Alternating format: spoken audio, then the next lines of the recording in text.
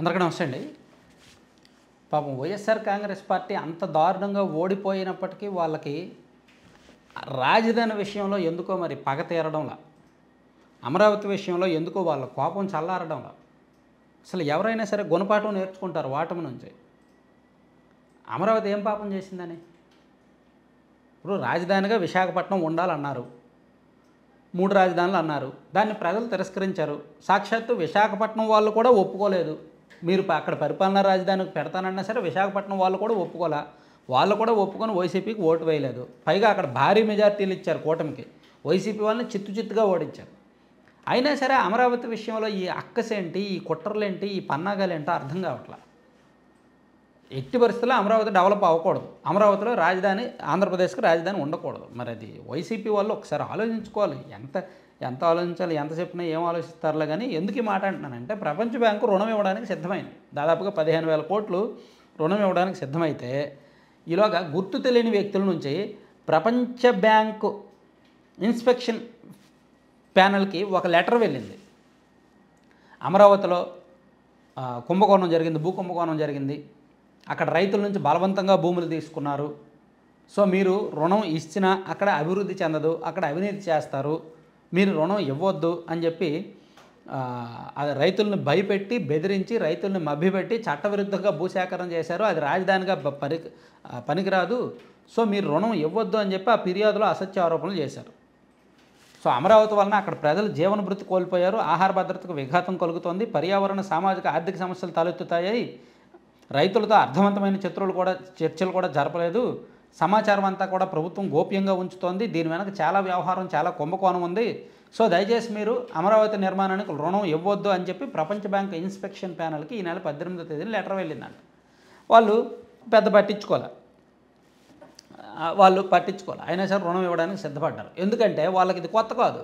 2014-19 మధ్య కూడా, 2014 నుంచి 19 మధ్య కూడా దాదాపుగా 3,500 కోట్లు లోన్ ఇవ్వడానికి అప్పట్లో ప్రపంచ బ్యాంక్ సిద్ధపడింది. 2016లో అనుకుంటా. అప్పుడు సేమ్ సంథింగ్ వైసీపీలోనే ఎవరో ఒక ఆకాశరామన్ ఉత్తరం రాశారు ప్రపంచ బ్యాంకు ప్రతినిధులకి.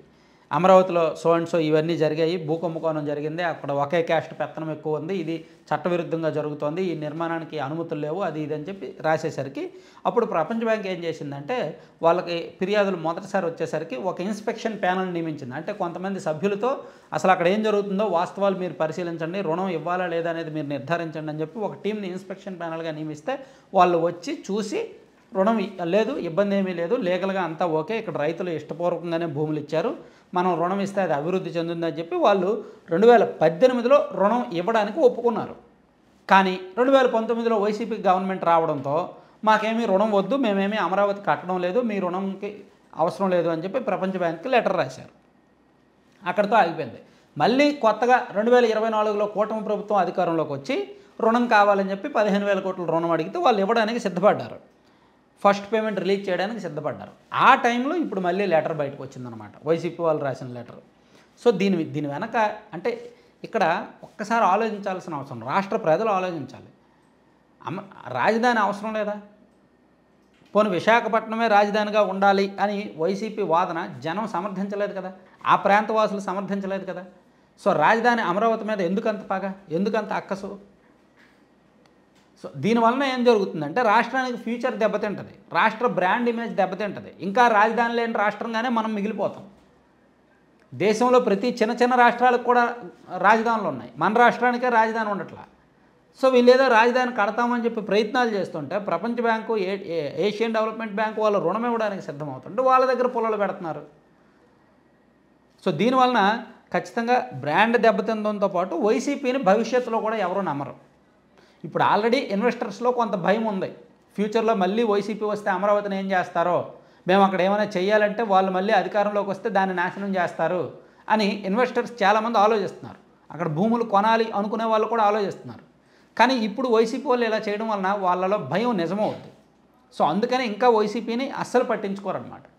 కొన్ని తప్పులు జరుగుతాయి, అధికారంలో ఉన్నప్పుడు కొన్ని తప్పుడు నిర్ణయాలు తీసుకుంటారు, వాటి నుంచి రియలైజ్ అవ్వాలి, వాటి నుంచి పాఠాలు నేర్చుకోవాలి, గుణపాఠాలు నేర్చుకోవాలి. అయినా సరే అదే పంథాలో వెళ్తామంటే మాత్రం ఎవడూ బాగు చేయలేడు.